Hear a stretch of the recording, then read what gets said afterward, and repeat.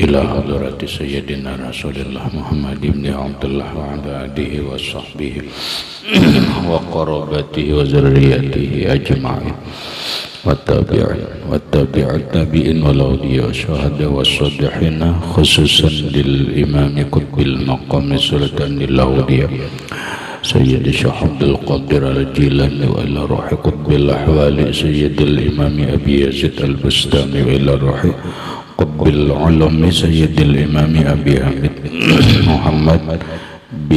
محمد بن محمد الغزالي سيد الشيخ محمد بن عبد الكريم سمن المدن سيد الشيخ محمد رشد بن عبد الله البنجابي سيد الشيخ محمد كشف الأنوار بن ناجي اسمه سيد الشيخ محمد أنم شارع وخصوصا إلى رؤي سيد الإمام يحيى بن شورف النووي سيد الإمام شيخ عبد الرحمن بن أبي بكر جلال الدين السيوطي وسيد الإمام أحمد بن حسين المعروف بأبي سجع وسيد الإمام شيخ إبراهيم الباجوري وسيد الإمام سيد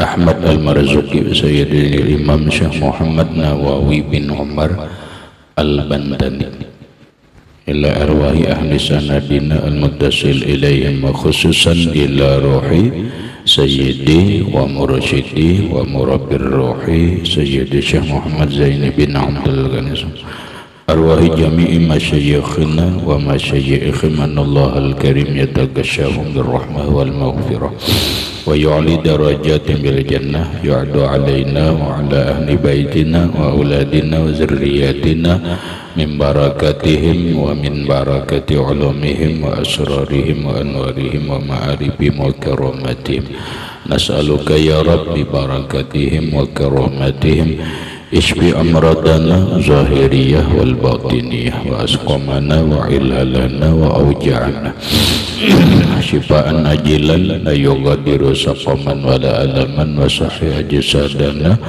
ونور قلوبنا بنور معرفتك وسلمنا وأهل بيتنا وأولادنا ذرياتنا من آفات الدنيا وفتنها وبلائها ووبائها ومصائبها وشر الدنيا وشر الآخرة وارزقنا وإياهم رزقا واسعا حلالا طيبا وطيبا مباركا من غير قصد ولا تعب ولا مشقة ومن حيث لا يحتسب وطول أعمارنا إلى 120 سنة بصحة جميلة وعافية وسلامة مع كمال المحبة والمتابعة لنبيك وحبيبك ورسولك محمد صلى الله عليه وسلم ظاهرا وباطنا واجمع بيننا وبين حبيبنا وشفيعنا وطبيب قلوبنا محمد صلى الله عليه وسلم يقظة ومناما في الدنيا والآخرة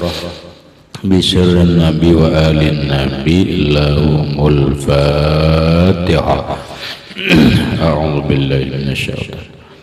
بسم الله الرحمن الرحيم الحمد لله رب العالمين الرحمن الرحيم مالك يوم الدين إياك نعبد وإياك نستعين اهدنا الصراط المستقيم صراط الذين أنعمت عليهم غير المغضوب عليهم ولا الضالين آمين. بسم الله الرحمن الرحيم الحمد لله رب العالمين والصلاة والسلام على أشرف الأنبياء والمرسلين سيدنا وحبيبنا وشفيعنا وطبيب قلوبنا محمد وعلى آله وصحبه أجمعين. وسبحان الله والحمد لله ولا إله إلا الله والله أكبر لا حول ولا قوة إلا بالله العلي العظيم. السلام عليك يا سيدي يا رسول الله السلام عليك يا سيدي يا حبيب الله السلام عليك يا سيدي يا خير خلق الله. السلام عليك يا إمام الأنبياء والمرسلين. السلام عليك يا خاتم النبيين. السلام عليك يا رحمة للعالمين. السلام عليك أيها النبي ورحمة الله وبركاته. قال المصنف رحمه الله نور الظلم أبوه عبد الله عبد المطلب وهاشم عبد مناف ينتسب وأمه آمنة الزهرية أرضعه حليمة السعدية. Abuhu bermula bapaknya Rasulullah Sallallahu Alaihi Wasallam Abdullah, yaitu Abdullah. Abdullah itu Abdul Muttalib, anak oleh Abdul Muttalib. Abdul Muttalib wa Hashimun, anak oleh Hashim. Hashim Abdu Manafin yantasib, anak oleh Abdu Manaf bernasab. Wa ummuhu Aminatuz Zuhriyah, ibunya Rasulullah Sallallahu Alaihi Wasallam ialah ibunda Aminah Az-Zuhriyah, perempuan yang bersih. Arda'ahu, menyusui akan Rasulullah Halimatus Sa'diyah, oleh seorang perempuan yang bernama Halimah Sa'diyah. Ini pahamannya, membicarakan masalah nasab Nabi, turunan Nabi. Maka ada yang disebut hukum mempelajari nasab. Hukum mempelajari nasab itu, kalau mempelajari nasab Rasulullah itu wajib. Wajib kita tahu Rasulullah ini kalau bisa sampai 5 ke atas. Abdullah Muhammad itu bin Abdullah bin Abdul Muttalib bin Hashim bin Abdul Manaf. Minimal ingat situ. Lah, kenapa? Karena nasab Nabi itu sampai kepada Nabi Ismail. Nabi Ismail sampai kepada Nabi Ibrahim, Nabi Ibrahim sampai kepada Nabi Adam. Itu ada silsilahnya. Tetapi yang masyhur, yang sahih itu ingat Adnan aja. Nah, kita hafallah sampai Adnan kata. Minimal kita harus hafal silsilah, lagi silsilah nasab Rasulullah Sallallahu Alaihi Wasallam, yaitu Abdullah Muhammad Sallallahu Alaihi Wasallam bin Abdullah bin Abdul Muttalib bin Hashim bin Abdul Manaf. Nah, ingat sini barang. Paham? Ingat sini barang. Jadi ketika orang bertanya Muhammad siapa? Abuhu Abdullahi Abdul Muttalib wa Hashimun Abdu Manaf bin yantasib. Itu. Ini wajib kita tahu nasab Rasulullah minimal sampai ke Abdu Manaf, maksimal sampai ke Adnan. Adnan ke atas khilafiyah, pahamlah. Ke atasnya ke Ismail. Makanya Rasulullah ini turunannya Ismail. Nah, Ismail anak Nabi Ibrahim, ke atas lagi sampai kepada Nabi Adam alaihi salatu wassalam. Nah, wajib telah. Nah, adapun kita mempelajari, mengetahui nasab siapa? Nasab Rasulullah ke bawah. Berarti nasab ahlul bait, nasabnya zuriat Nabi, baik tahu, dianjurkan tahu supaya jangan sampai kita ini tertipu atau membersihkan zuriat Nabi daripada orang-orang yang mengaku ahlul bait, mengaku zuriat Nabi padahal bukan. Lah, nah ini ada orangnya. Orang-orang yang orang ahli dalam bidang ini disebut nasabun. orang-orang yang ahli dalam bidang nasab. Adapun nasab kita itu sangat baik. Sangat baik kita mengetahui siapa kita ini, anak siapa, bin siapa, bin siapa, bin siapa, keluarganya di mana, lita supaya Nabi memadahkan agar kalian bisa bersilaturahmi. Kenalilah nasab kalian agar kalian bisa saling bersilaturahmi dengan keluarga kalian. Nah, lalu syarahnya kita baca Abu Abdillah biar kita liong nang lewat. Ya kah? Abu Abdullah Abdul Muttalib wa Hashimun Abdul Manaf bin Yandasib, bapaknya Rasulullah. Siapa? Abdullah. Abu Nabiyina Muhammadin sallallahu alaihi wasallam Abdullah. Bapak Nabi kita yaitu Abdullah. Wa mata bil Madinati, dan meninggal bapak Rasulullah yang bernama Abdullah itu di Madinah. Hala ruju'ihi min Guzatin, ketika pulangnya Abdullah dari satu perjalanan. Guzah itu perjalanan. Nah, ini Abdullah bapak Rasulullah. Abdullah bapak Rasulullah, beliau berperjalanan. Perjalanannya apa? Dalam rangka berdagang. Kenapa? Karena sakwakana sapara litijaratin. Adalah Abdullah bapaknya Rasulullah, beliau musafir untuk berdagang. Wa umruhu, saat itu umur beliau muda, samania asyarata sanatan, 18 tahun. Lah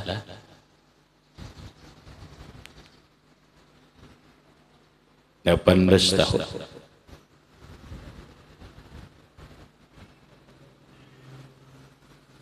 Dia umur Abdullah 18 tahun sudah kawin dah. Ini kawin sudah dengan Aminah. Kawin dah umur 18 tahun dah. Wakila isyruna, dikatakan orang 20. Wakila khamsatun wa isyruna, dikatakan orang umur 25. Wakila ada yang mengatakan sama niyatun wa isyruna, 28. Wakila salasuna, dan dikatakan orang 30. Lah, nah kita ambil ini yang masyhur 18 tahun. Abdullah kawin dengan Aminah, ibunda Rasulullah, umur 18 tahun. Gawian apa? Pekerjaan adalah berdagang. Lalu suatu hari Abdullah ini berangkat berdagang. Istri beliau yang bernama Aminah, ibunda Rasulullah, saat itu hamil. Nah, wa ummuhu, dan ibu Rasulullah sallallahu alaihi wasallam waqta zalik, pada waktu itu hubla, hamil, mengandung, bihi dengan Rasulullah, li syahraini, umur 2 bulan. Waqila ibnu sab'ati asyurin, ada yang mengatakan hamil 7 bulan. Wakila ibnu tis'ati asyurin, ada yang mengatakan hamil 9 bulan. Wakila ibnu samaniyatin wa isyna syaratan, dan ada yang mengatakan 28 bulan. Warajihu, yang rajih pendapatnya adalah al-masyhuru, yang masyhur, al-awwalu, yang pertama. Lah, kini aja nah dulu. Ini Abdullah kawin lawan Aminah. Itulah Abdullah bapak Rasulullah ini nikah atau kawin dengan Rasulullah yang masyhur umur 18 tahun. Nah, sedangkan Aminah berumur 17 tahun. Sedangkan ibunda Nabi berumur 17 tahun. Pernikahannya itu dilakukan malam Jumat bulan Rajab. Malam Jumat bulan Rajab. Jadi Abdullah bapak Rasulullah nikah dengan ibunda Nabi yang bernama Aminatuz Zuhriyah pada bulan Rajab malam Jumat. Umur Abdullah 18 tahun, umur ibunda Aminah 17 tahun. Yalah, jelas kadalah? Jelas. Omaleh kamu berapa umur Jini? Ini berapa umur? 18. Berapa? 16. 2 tahun lagi kawin kayak Abdullah. Rahmat kamu umur berapa Rahmat? Labihan lah. Labihan sudah 21. Kamu ini berapa deh? 21 juga. Pes berapa pes? 23. Aduh jom 20 lewat juga Nabi hari 18 dah sako ikam ini. Kamu berapa me? Berapa? 19. Nah ada kawinnya deh kamu kayak Abdullah.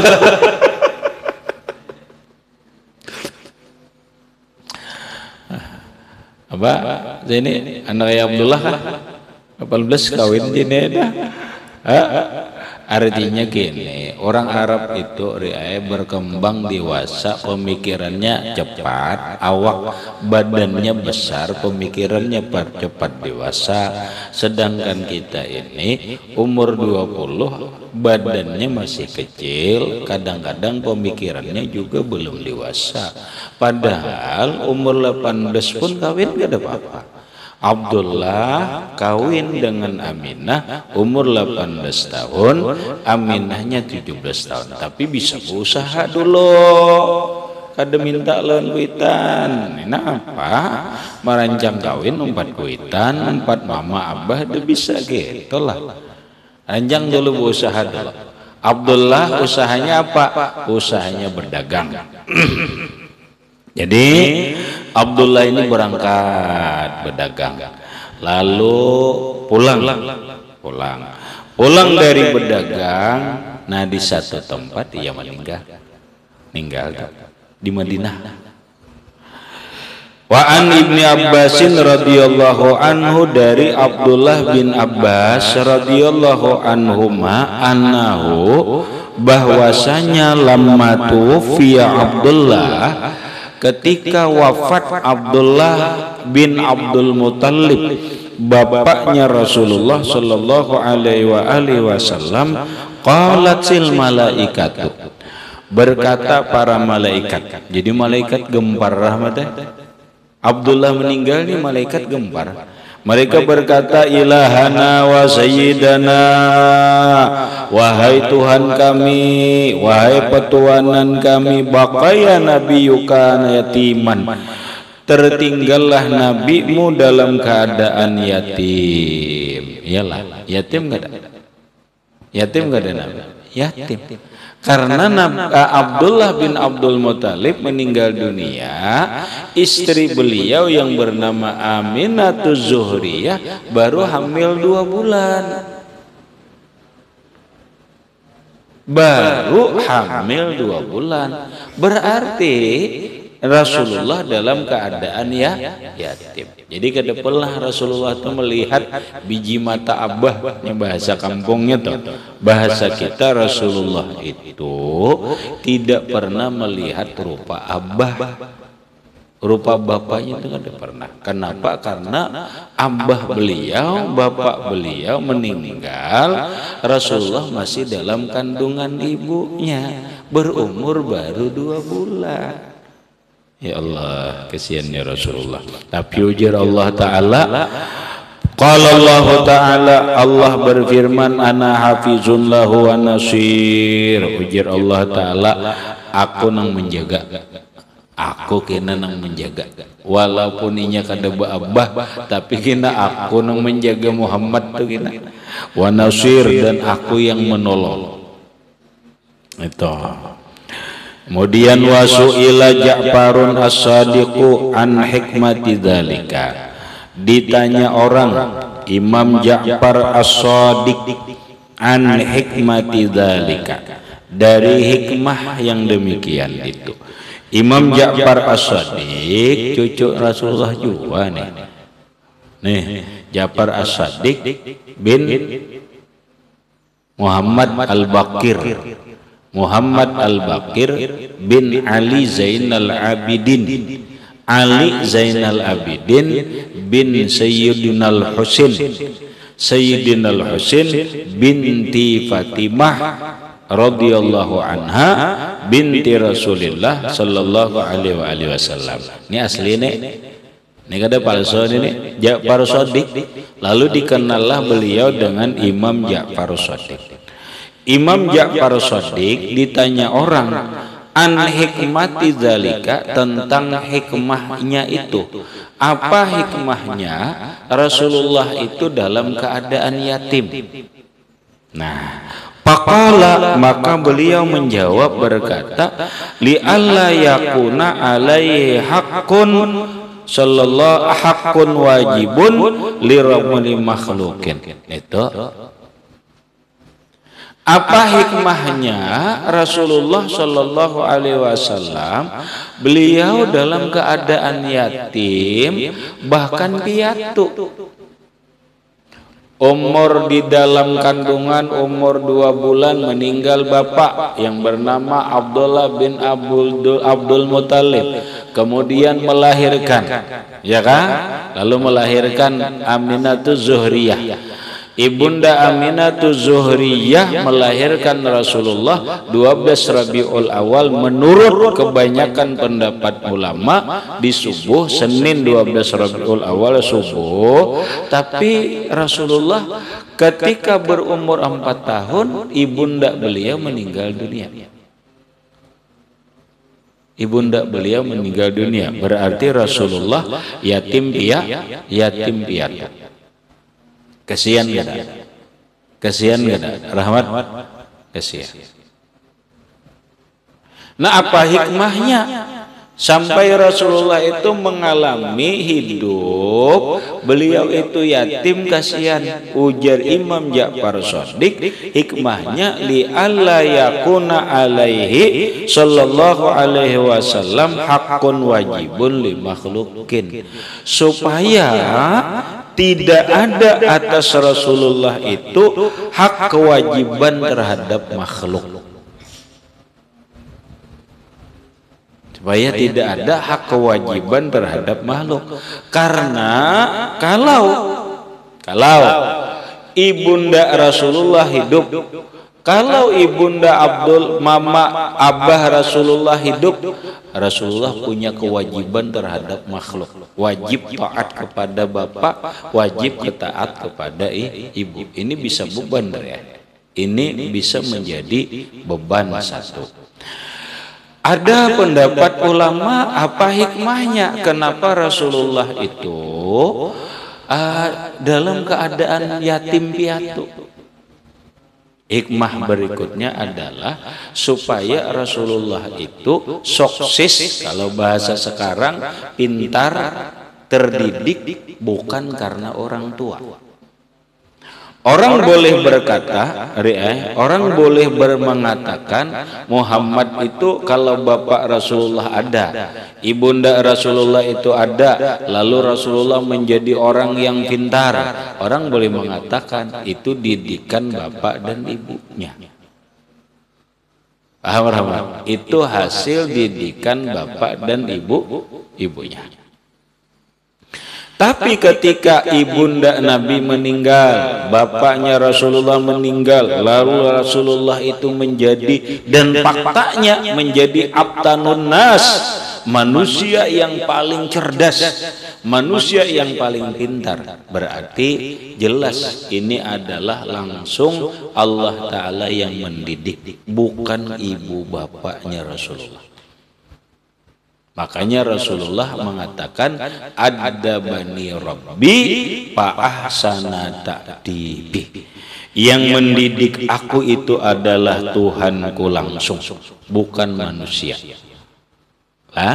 Yang mendidik aku itu adalah Tuhanku, bukan orang tuaku, karena bapak dan ibuku meninggal dunia. Bukan pamanku, bukan kakiku, tetapi yang mendidik itu adalah Allah. Fa ahsana ta'dibi. Ada Rasulullah sekolah lah, tidak ada.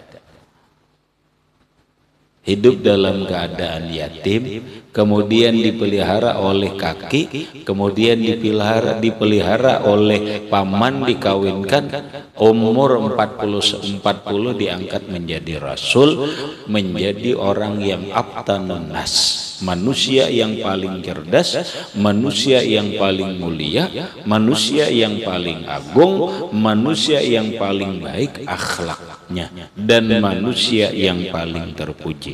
Dari manakah pendidikannya itu? Apakah dia dididik oleh orang tua? Tidak. Apakah dia dididik oleh kaki? Tidak. Apakah Rasulullah dididik oleh paman? Tidak. Apakah Rasulullah kuliah? Tidak. Jangankan kuliah, sekolah SD aja tidak. Terus ini yang disebut asli laduni. Kalau dikatakan laduni, kalau Rasulullah bukan laduni, tetapi wahyu langsung didikan Allah Subhanahu wa Ta'ala, sehingga menjadi orang yang hebat. Mau ya, langsung Allah Ta'ala yang mendidik, langsung Allah Ta'ala yang melajari. Habis. Wa qala Ibnul Imadi, dan berkata oleh Imam Ibnul Imad, kata Imam Ibnul Imad, hikmahnya Rasulullah itu dalam keadaan yatim piatu, liyanzuran Nabiyyu sallallahu alaihi wasallam ila iza wasala ila madari ja'izzihi ila awaili amrihi wa ya'lama annal aziza man a'azzahu Allah.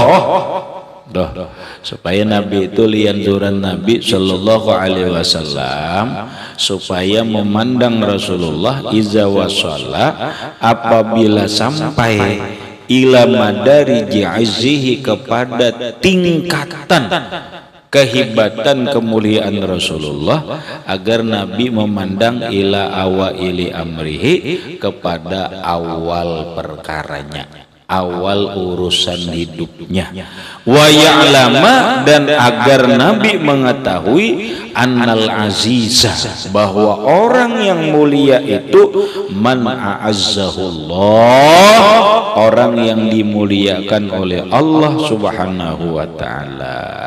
Ini menurut Imam Ibnul Imad, hikmahnya Rasulullah itu hidup dalam keadaan yatim agar beliau tahu, ketika beliau menjadi orang sukses, melihat ke bawah ke asalnya, bahwa aku ini sampai begini semata-mata dari Allah, semata-mata dari Allah, bukan bapakku, bukan ibuku, bukan kakiku, bukan apa. Yang kedua, supaya Nabi tahu bahwa orang yang hebat, orang yang mulia, orang yang agung itu adalah orang yang memang sudah dimuliakan oleh Allah. Ayo, coba artinya apa? Artinya begini, rahmatnya, tuh orang yang hebat-hebat tuh, itu sebenarnya memang sudah dari awal dipilih Allah. Paham nggak, rahmat? Memang sudah sedari awal Allah memilih menjadikan dia orang yang mulia. Walau kayaknya kada sekolah kada apa. Coba bayangkan, rahmat. Yuk bayangkan dari almarhum guru sekumpul itu kada ada sekolah SD, kada ada sekolah SMP, jangan kuliah, sekolah SD aja kada. Ayo coba pikirkan, sekolah SD aja kada, sekolah apalagi sekolah-sekolah yang lain. Cuma beliau hanya sekolah Darussalam, hanya sekolah pesantren. Membaca menulis dari sekolah pesantren karena sekolahnya mulai ibtidaiyah, sanawiyah, kemudian aliyah. Selesai beliau ke Bangil lalu ke Mekah, ngaji di Mekah. Tapi ternyata alimnya luar biasa, cerdasnya luar biasa, kealimannya, kecerdasannya melebihi orang profesor. Bahasa Inggris beliau bisa, bahasa ini bisa apa? Padahal ada sekolah. Biar kita paham bahwa orang yang hebat itu memang orang yang sudah dipersiapkan Allah menjadi orang yang hebat. Paham lah? Sehebat apapun orang tuanya, ini orang berisi anak profesor, lalu profesor ini ingin anaknya menjadi orang hebat, tidak akan menjadi hebat kalau Allah tidak menjadikan dia orang yang hebat. Paham? Artinya begini, ini kita jangan sampai kecil hati, jangan sampai tidak percaya diri, lalu kita berpandangan aku ini orang desa, aku ini orang kampung, aku ini dari keturunan orang biasa, abahku orang biasa, ibuku orang biasa, latar belakang abah ibuku juga pendidikannya cuman SD, kemudian anak petani, mana mungkinlah aku ini jadi orang hebat. Salah. Salah. Nyatakan jangan ada berpikiran begini. Jangan ada begini. Wal azizu man a'azzahullah. Orang yang hebat itu, orang yang agung itu, orang yang sukses itu, orang yang cerdas, cendekiawan dan sebagainya, itu memang orang yang dibikin mulia oleh Allah. Memang sudah ditentukan Allah menjadi hebat. Maka teruslah ngejar ilmu. Kalau memang kalau kita memang dikehendaki Allah jadi orang hebat, jadi orang hebat. Sekalipun sekalipun orang tua kita hanya orang biasa, kita dari orang desa. Maka ini pun jadi pemahaman rahmat. Orang-orang hebat sekarang yang di Indonesia apa? Lah rahmatai kebanyakan itu dari desa, bukan dari kota. Kebanyakan itu dari desa, bukan dari kota. Jadi jangan dikira orang kampung, orang kampung itu biasa, tidak. Nih, menurut siapa? Imam Ibnul Aiman. Kemudian wa anna quwwatahu laisat minal abai wal ummahati. Dan Rasulullah agar tahu bahwa kekuatan Rasulullah itu bukan dari bapak dan ibu-ibu, atau kekuatan Rasulullah itu bukan dari bapak beliau, kaki beliau, paman beliau, datuk beliau, bukan dari ibu beliau, nenek beliau, datuk beliau dan lainnya. Wala minal mal, bukan karena harta juga, bal quwwatuhu minallahi ta'ala. Bahkan kekuatan Rasulullah itu dari Allah. Rasulullah kuat apa karena dibikingi oleh keluarga? Tidak. Rasulullah itu kuat apa karena beliau punya backing dari keluarga ibu? Tidak ada. Terus Rasulullah itu kuat dari Allah. Ayo. Kemudian wa aidan liyarhamal fuqara awal ayat wal aitama, dan demikian pula hikmahnya supaya Rasulullah itu menyayangi orang-orang fakir dan orang yatim. Lah, kenapa Rasulullah itu hidup dalam keadaan yatim piatu, susah payah, padahal orang yang hebat, orang yang paling mulia, tapi dibikin oleh Allah Ta'ala dalam keadaan yatim piatu, hidup susah. Hikmahnya lagi agar Rasulullah itu menyayangi orang-orang fakir dan miskin dan orang-orang yatim. Kenapa demikian? Kayak ini rahmat. Orang tulah sugih. Kebanyakan kalau orang nih kaya sukses, tapi dia berangkat dari orang bawah. Orang kecil biasanya sadar diri. Aku ini asalnya orang kecil, lalu menjadi orang besar. Kalau dia sadar diri, dia akan sayang kepada orang kecil. Karena dia memang dari kecil. Orang tuh sugih, ini bahasa kampungnya. Orang itu sugih, tapi tadinya hidup susah. Merintis dengan segala kesusahannya, lalu menjadi orang kaya. Biasanya begitu dia jadi orang sugih, jadi orang kaya, dia sayang kepada orang miskin. Karena dia merasa aku pernah miskin. Dia akan sayang dengan orang susah karena dia merasa betapa hidup itu susah. Dia akan sayang kepada yatim piatu atau orang yatim karena dia merasakan betapa susahnya hidup yatim. Ini dia. Tetapi kalau orang itu kaya, sukses, kada pernah mengalami merintis dari bawah, kada pernah merasakan kesulitan, biasanya orang itu akan sombong. Biasanya orang itu akan sombong. Angkuh. Biasanya orang itu tidak peduli dengan keadaan orang di bawah karena dia tidak pernah merasakan hidup di bawah. Paham lah? Lihat aja orang sugih kalah. Orang sugih itu lihat ke bawahnya, dia pernah susah kada. Kalau kada pernah susah, dia akan sulit menghormati, menghargai orang susah. Dia akan sulit berteman dengan orang yang susah. Kenapa? Karena dia tidak pernah mengalami kesusahan. Ada susah. Jakanya ikam nalana nah. Contoh aja ikam rahmatai mulai sekolah SD karena abah orang sugih. Kada pernah pakaian murah. Kada pernah. Selalu pakaian bersih, mahal, dan larang.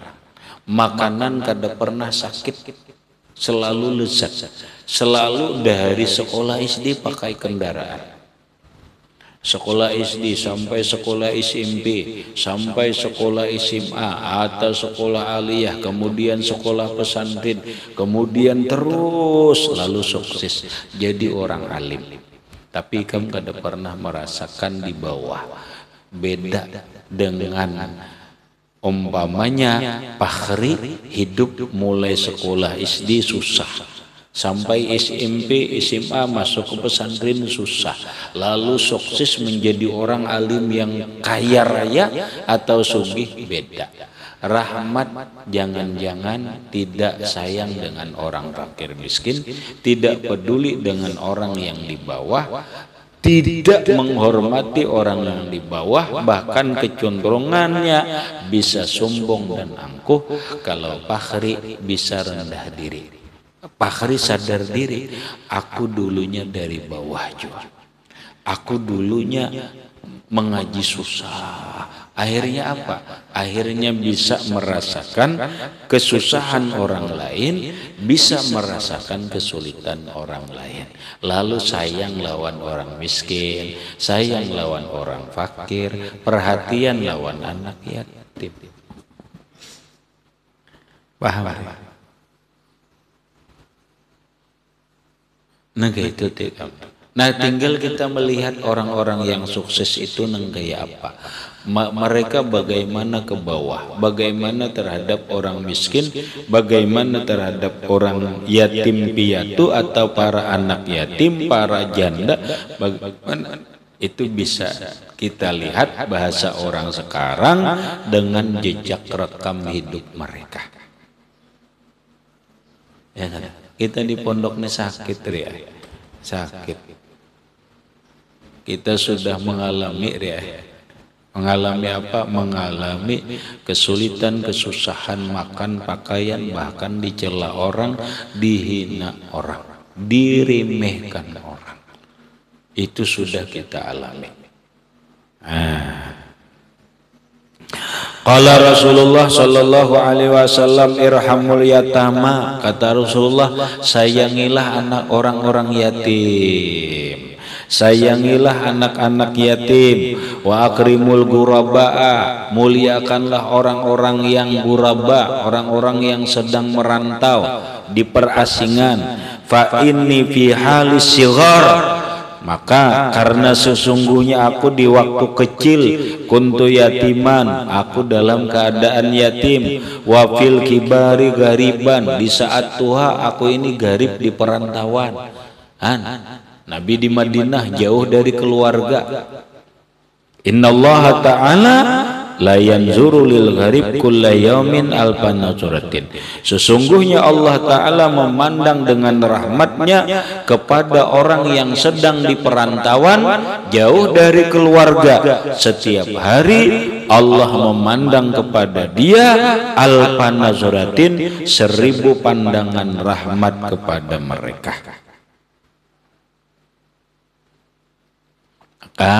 Lihat orang-orang pejabat, orang-orang pejabat kalau memang dia berasal dari rakyat kecil, berasal dari orang susah, lihat ke bawahnya, dia akan sayang, menghormati. Tapi kalau memang sudah terbiasa hidupnya mewah, lezat, mulia, terhormat, wah susah, susah. Nah, tinggal melihat calon yang mana. Lihat cakanya presiden mana nang berangkat dari orang susah, dari orang yang miskin, hidup apa adanya, hidup sederhana, dari rakyat kecil. Yang paslon 1, paslon 2, paslon 3, lihat rekam jejak hidupnya. Mereka berasal dari kehidupan mana? Apa memang berasal dari kehidupan elit, kehidupan mewah? Apa? Itu kalau ingin meneliti ke sana. Habis. Kemudian summa i'lam allati annallati arda'atu awalan, bahwa orang yang menyusui Rasulullah itu ada 3 orang.